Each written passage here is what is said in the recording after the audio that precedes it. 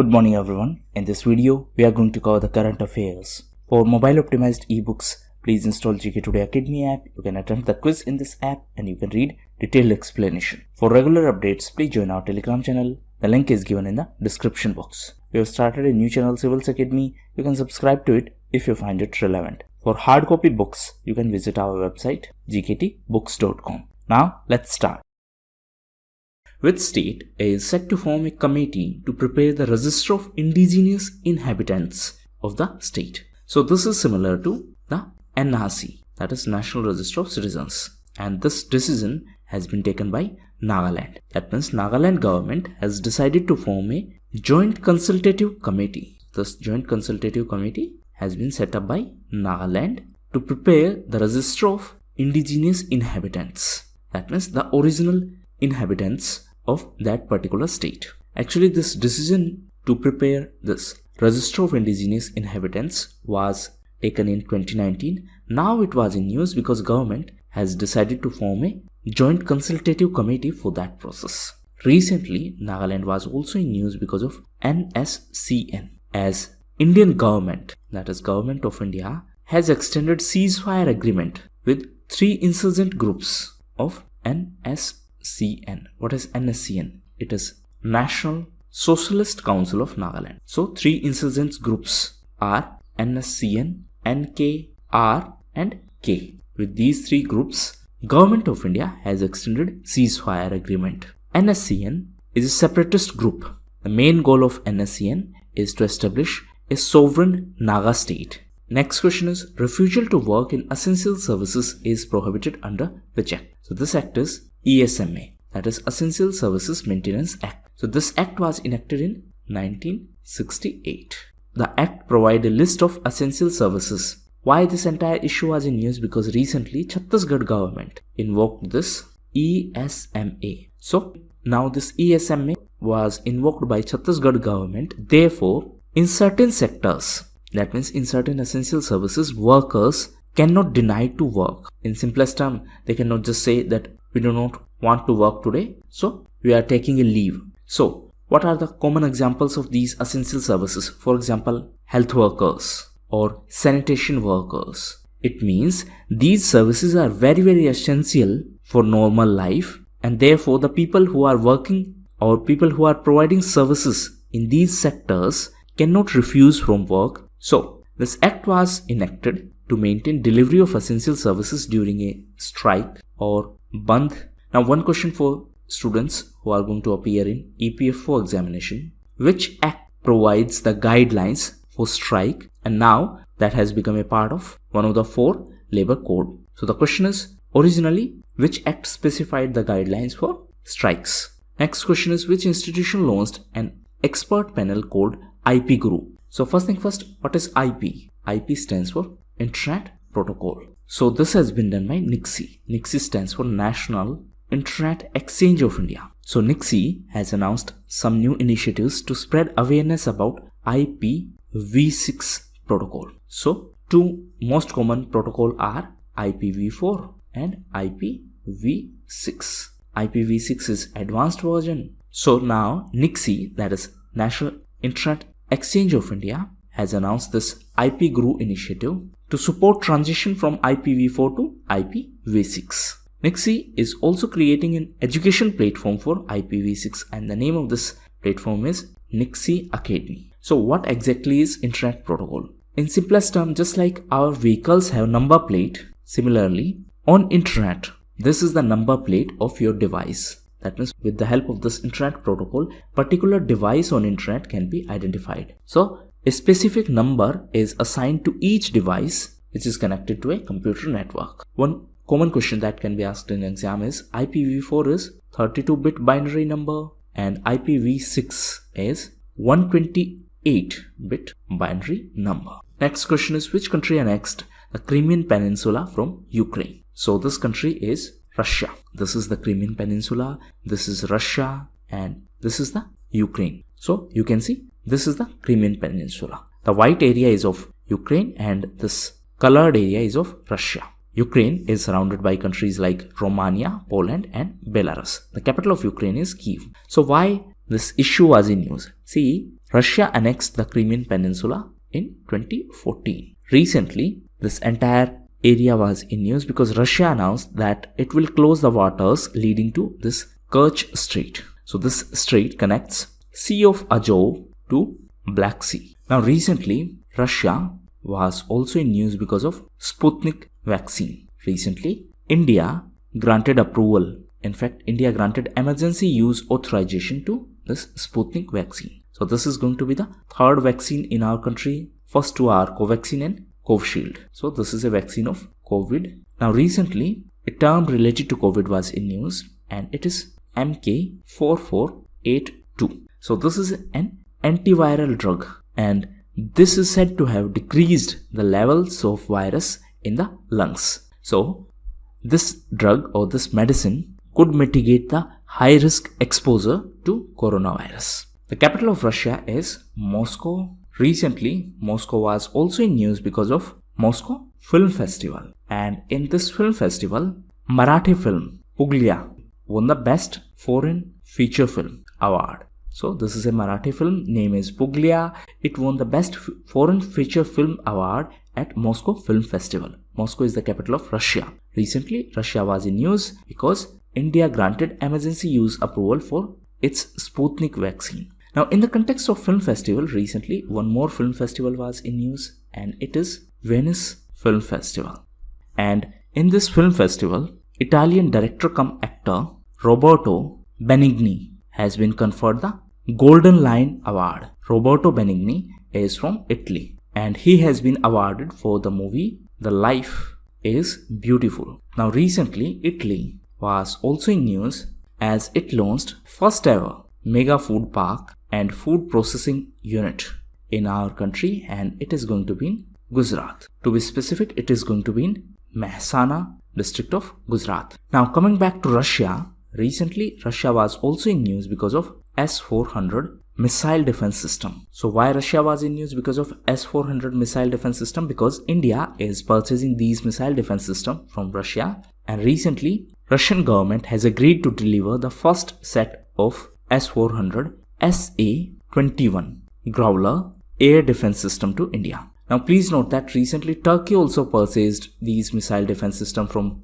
Russia and because of this USA imposed sanctions on Turkey as a part of CAATSA. What is CAATSA? It is Countering American Adversaries Through Sanctions Act. So USA used this act to impose sanctions on America's adversary. Recently Turkey was also in news as it banned the use of cryptocurrency. Next question is the Bannon bronzes were found in which country? So these are the group of metal plaque and sculptures located in the Royal Palace of Kingdom of Bannon. And this Bannon city is situated in the modern day of Nigeria. Nigeria is an African country. So you can see this is Africa and this is the geographical location of Nigeria. This is Atlantic Ocean, Southern Atlantic and Northern Atlantic. This is Pacific Ocean, this is Indian Ocean and this is our country. So these metal sculptures were in news because recently UK, that is United Kingdom, accepted that the objects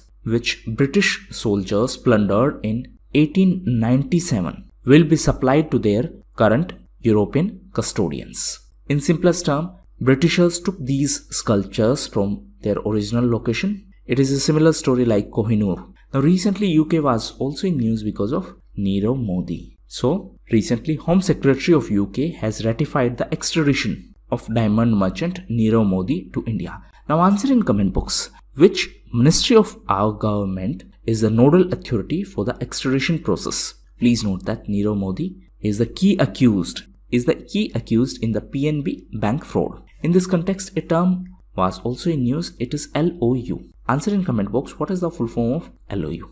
Next question is INS Rikshak, which was in news recently, is classified under which type of vessel? So it is a diving support vehicle. Recently it was in news because it was deployed by Indian Navy. Why it was deployed? Because some fishermen went missing off the Mangalore coast. So that is why to search them, INS Rikshak was deployed by Indian Navy, and this is a specialized diving support vehicle. Next question is which country has delivered the first lot of light bulletproof vehicles to the Indian Air Force in collaboration with Lockheed Martin. So this has been done by Ashok Leyland. The parent company of Ashok Leyland is Hinduja firm. So it has delivered the first lot of LBPV, that is light bulletproof vehicle. These vehicles has been designed and developed in collaboration with Lockheed Martin. So this is a company of USA and it is aerospace and defense technology company. Now please note that Ashok Leyland has developed these light bulletproof vehicles in collaboration with Lockheed Martin, and this is being done under Transfer of Technology initiative. So these are indigenously developed in, and these vehicles are for Indian Air Force. Now in the context of defense, few other events were in news. First is Khanjar. So it is a military exercise, and it is a military exercise between India and Kyrgyzstan. Recently, the 8th edition of this exercise was organized in Bishkek. Second event related to defense was Baliktan. So this is a military exercise between Philippines and USA. Apart from that, recently Indian Air Force Commanders Conference was organized, and the theme of this event was reorienting for the future. So along with one question, we have covered all the related news events. Next question is Climate Vulnerability Assessment for Adaptation Planning in India report is set to be released by which department? So this is to be released by DST, that is Department of Science and Technology. It is under Ministry of Science and Technology. Under this ministry, there are two departments. One is DBT, that is Department of Biotechnology. Another is DST, that is Department of Science and Technology. Name of report is Climate Vulnerability Assessment for Adaptation Planning in India. Now, apart from this particular report, few other reports and index were in news. First is Inclusive Internet Index. So, this was recently released by EIU, that is Economist Intelligence Unit. Its headquarters is in London. Along with EIU, Facebook was the key partner. So, these two released this Inclusive Internet Index. As per this index, India is on 49th position. Thailand was also on 49th position. Now, as per the report, the numbers of internet users in India is set to reach 1 billion by 2025. Apart from that, Sweden is on top position as per this Inclusive Internet Index. Last time, India was on 52nd position. This time, we are on 49th position. So, apart from this index, few other reports were in news. One is My Body is My Own. So, this report has been released by UNFPA. What is UNFPA? It is United Nations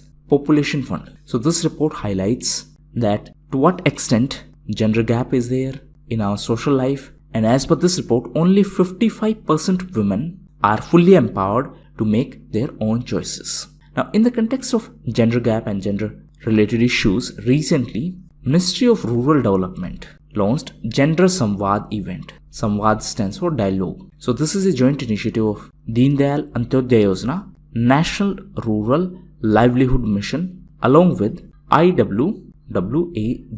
What is IWWAGE? It is initiative for what works to advance women and girls in economy. Apart from that, Ministry of Health and Family Welfare recently released Rural Health Statistics report. As per this report, there is overall shortfall of 76.1% specialist doctors. This is the shortage of specialist doctors at CHC in rural areas. What is CHC? It is Community Health Center. Now, in the context of health, recently one more event was in news. It is Global Diabetes Compact. So this is an initiative by WHO, that is World Health Organization, to fight the disease more effectively. Now, this initiative was launched during the 100 years celebration of discovery of insulin. Next question is, which regulator has announced the names of applicants under on-tap licensing window for universal banks? So this has been announced by RBI, that is Reserve Bank of India. Now, please note that for universal banks, license can be obtained by individuals and professionals having 10 years of experience in banking and finance sector. For small finance bank, the minimum net worth requirement is 200 crore rupees. RBI is Reserve Bank of India. It is our central bank, and it was set up on the recommendation of Hilton Young Commission. However, the concept of RBI was formulated on the basis of book by Dr. B.R. Ambedkar, and the title of this book was The Problem of Rupee. Recently, Dr. Ambedkar was in news because 14th of April was his birth anniversary, and on this occasion, Prime Minister launched 4 books. These are Dr. Ambedkar Jeevan Darshan, Dr. Ambedkar Vyakti Darshan, Dr. Ambedkar Rashtra Darshan, and 4th one is Dr. Ambedkar Ayam Darshan. Dr. Ambedkar was the first Law Minister of independent India. These 4 books are written by Kishore Makwana. Apart from that, one more book was in news, and it is the autobiography of cricketer Suresh Raina. And the title is Believe What Life and Cricket Taught Me. So, this is the autobiography of cricketer Suresh Raina, and it has been co-authored by Bharat Sundaresan. Now, coming back to RBI. So, recently RBI was in news because RBI decided to open RTGS and NEFT facility for the payment system operators. RBI was also in news as it decided to set up new RRA. What is RRA? It is Regulations Review Authority. So as the name suggests, this has been set up to review the regulations so that the compliance process can be made simpler and to reduce the reporting burden on the regulated entities. The first such RRA was set up for a period of 1 year in 1999. To be specific, it was on 1st April 1999. Now, RRB has decided to set up new RRA. So, it is going to be RRA 2.0. It has been set up for a period of 1 year, and it is to be headed by Deputy Governor M. Rajeshwar Rao. And it has been set up for a period of 1 year from 1st of May 2021. So, these were the most important questions. Now, for test, please check the separate video. Try to attempt the test without pausing that video. The timer is provided so that you can feel the pressure of exam-like scenario. Now, doubts from yesterday's comment section. So, first doubt is of Devesh Gupta. Whether the current affairs provided by GKToday is enough for SSC CGL Tier 1 or we have to study it from other sources. See, when you are preparing for competitive examination, you need to understand one concept, that is cost to benefit ratio, or you can call it input to output ratio. How much input you are providing and how much output you are going to get it from that input. In CGL Tier 1 examination, current affairs do not have much weightage. So, you need to plan accordingly. If you are giving too much time to current affairs, please note that I am talking about CGL examination, where the weightage of this current section is very limited. In other examination, obviously you will have to give more time if the weightage is higher. So in this case, you just need to follow one trustworthy source. See, no source, even if you are following 10 sources or 20 sources, can assure you 100% marks.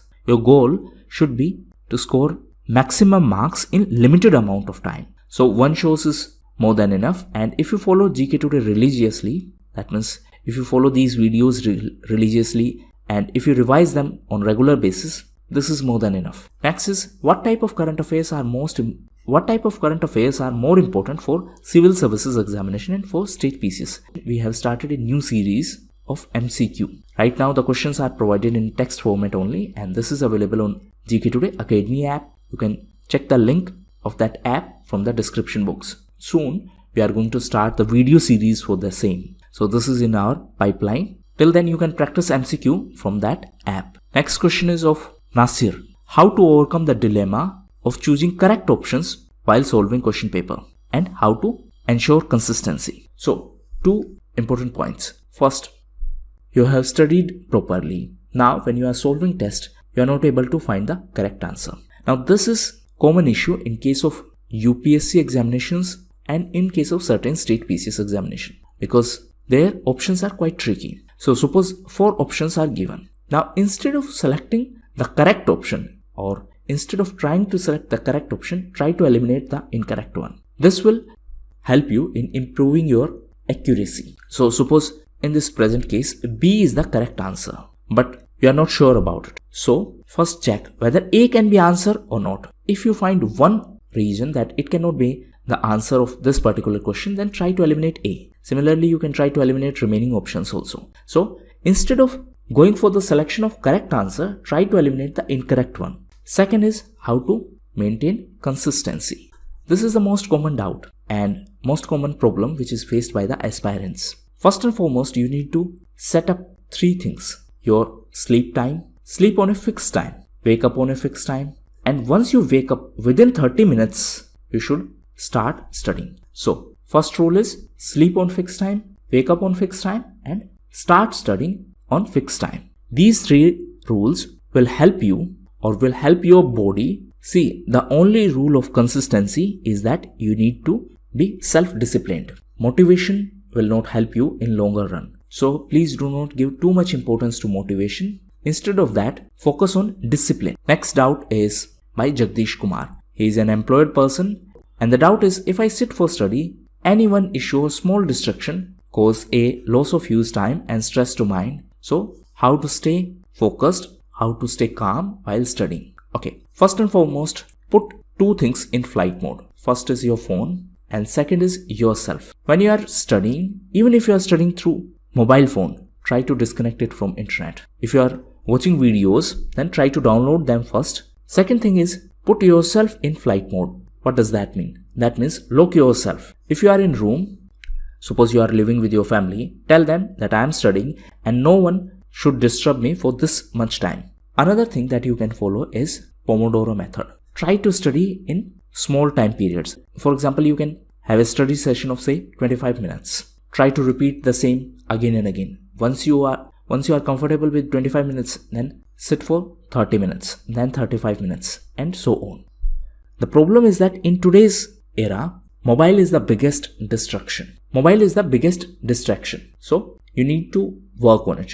If possible, you can use that black and white mobile phone. Instead of multimedia mobile phone, purchase a black and white mobile phone. And when you are studying or when you are working, just use this phone. Again, in certain cases, it won't be possible to use black and white phone because nowadays, most of the work is also assigned through multimedia phones. Next doubt is, I try to watch GKToday videos and note down regularly, but I fail sometimes and from there it discontinues. Another thing is that I cannot remember the current affairs which are related to sports. So first, for your first problem, there are 2 solutions. One is you can take screenshots and you can revise them later. Second is you can make digital notes in Evernote or in OneNote or in Notion, or there are multiple platforms. You can use any one of them. For certain aspects, like if you cannot remember sports related current affairs, then do one thing. Suppose this is the page of your notebook. So just enter sports. Then here you can write cricket, hockey, football, and so on. Now, if there is an event related to cricket, suppose recently ICC ODI ranking was released, and as per that ranking, Babar Azam is on top position. Then recently, first female cricket commentator passed away. Write down her name. Then recently, Virat Kohli, the Indian skipper, was appointed as the brand ambassador by which brand. So just try to write it in your own words and you will see a big change. Similarly, you can do for hockey or for all the sports. Next doubt is related to history subject, that how we can remember dates. So for history, you can follow one simple method. Now, instead of focusing too much on dates, try to remember history like a story. For example, 1905 Bengal partition, then 1907 Surat split, then Parliamentary reforms, then First World War, then non-cooperation movement, and then you can connect it with say Montesquieu-Chelmsford reforms, then Simon Commission, Nehru report, then we have CDM, that is civil disobedience movement. So this is how you can make a chain of events and try to revise it multiple times and you are good to go. So these were the most important questions and doubts. Thank you, and that's all for the day.